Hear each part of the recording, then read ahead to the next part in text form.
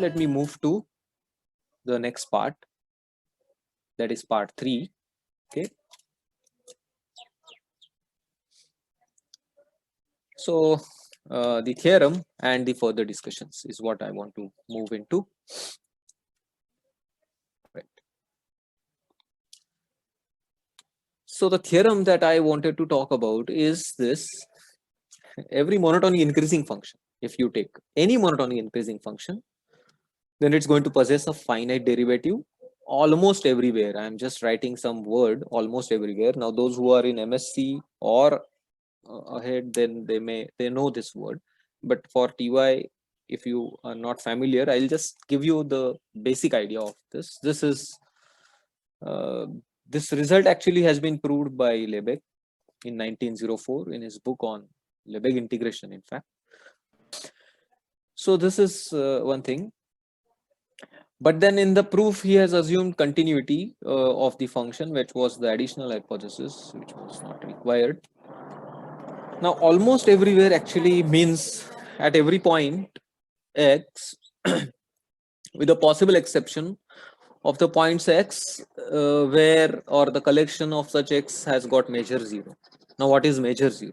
So let me just tell you in a simple meaning of measure 0.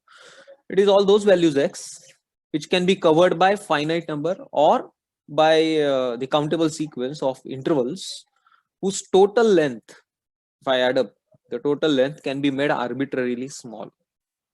Okay, so I can cover the set of values x in such a way that if I add the total length of all the intervals, that can be made however as small as required. If I can do that, then I will say such a set is of measure 0. In particular, if I, for as an example, if I look at any finite set, then it is going to have measure 0. But in fact, not only that, if I look at a set of natural numbers, then one can prove, rather you can observe here, I can find out the intervals in such a way that the total length of the intervals can be made as small as required. All right, I'm just making these statements and going ahead. Maybe you can try, for basically for those who are looking at it for the first time, can revisit the statements afterwards. Okay, so moving ahead. So this was the theorem, but then why this theorem has been studied? All right, every monotonic increasing function possesses a finite derivative almost everywhere. Why such a thing was required? So actually there is a theorem which talks something about, if you take any function on a closed and bounded interval which is of bounded variation, then it's differentiable almost everywhere. Now, what is the meaning of bounded variation?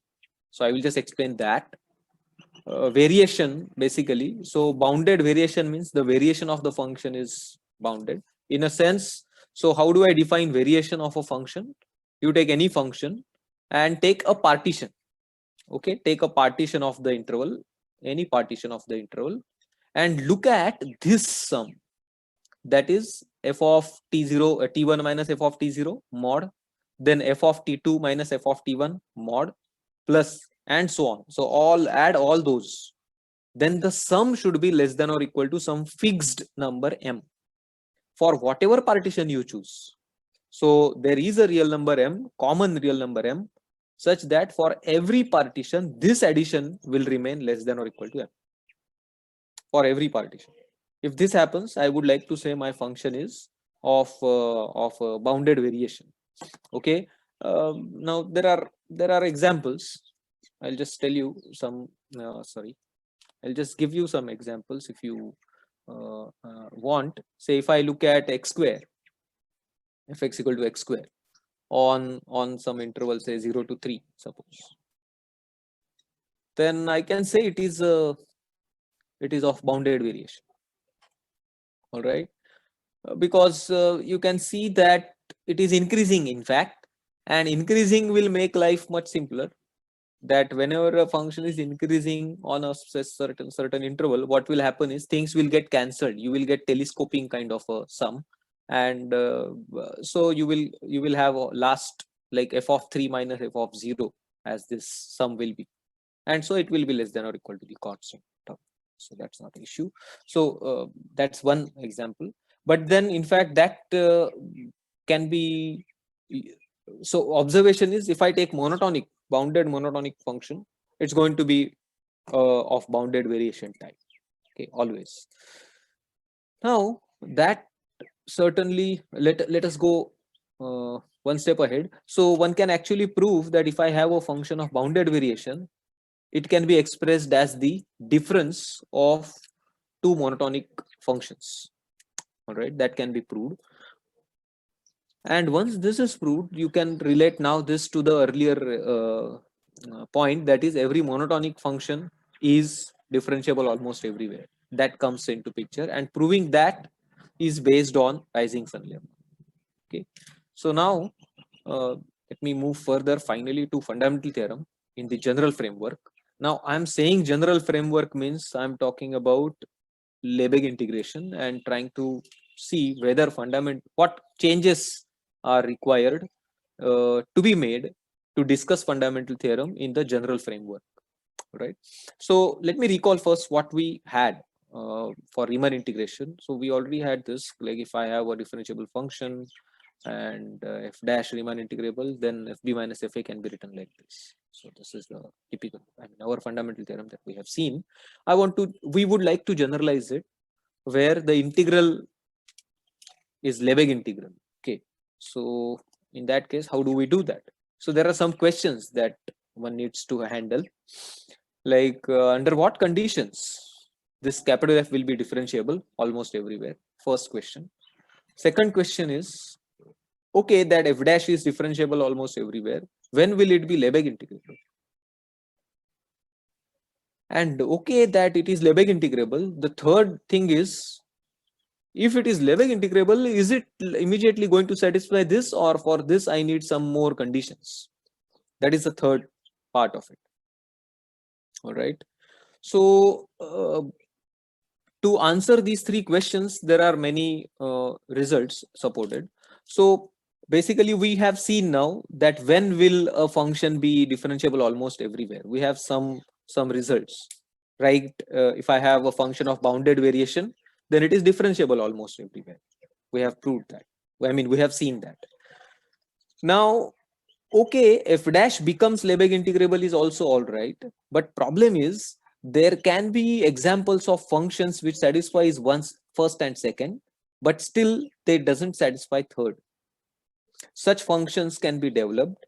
In fact, one of such function is Cantor-Lebesgue function, which can be constructed using Cantor set, and it's a very interesting function for which this fb minus f, for which f dash is 0 almost everywhere. Okay, so this integral turns out to be 0, whereas fb minus fa turns out to be 1. So this may not match ideally, and that is what the challenge is. In fact, so you need a condition which will guarantee first, second, as well as third, and that condition is absolute continuity of the function. So if a function is absolutely continuous, everything fits in properly, and you are going to have a fundamental theorem for calculus in this general framework. So what I would do is I will just give you the definition of absolute continuity and the statement of the result, and then I will wind up for the session. So this is the definition: absolutely continuous function. You can see, and quite easy to understand, a function is said to be absolutely continuous if, again, you take any intervals which are disjoint from your domain, right? So given any epsilon, one can find some delta positive such that whenever you have such intervals whose addition of lengths is less than delta, the corresponding sum of the difference of the values of the function at the endpoints, sort of variation, is less than epsilon. if this happens for any given epsilon, that is given any epsilon, if I'm able to adjust my delta such that this holds, I can say my function is absolutely continuous. So quick observation is absolutely continuous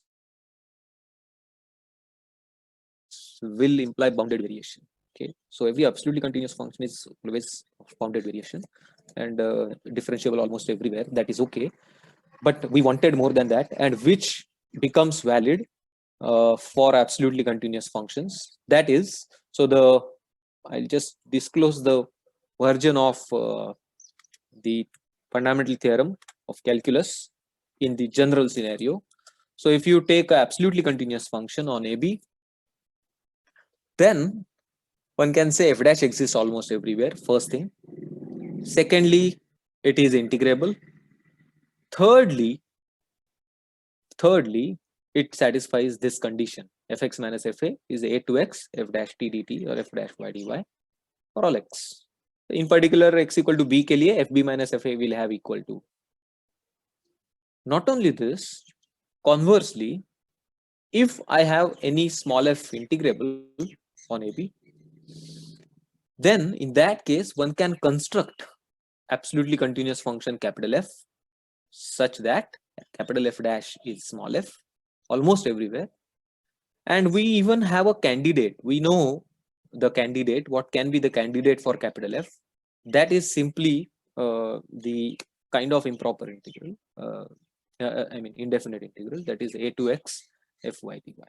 Okay, that is your capital Fx as a candidate.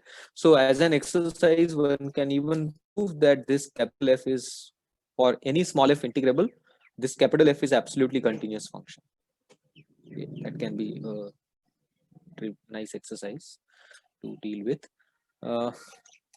That's it. I think I can wind up. So these are the references, in fact, that one can go for.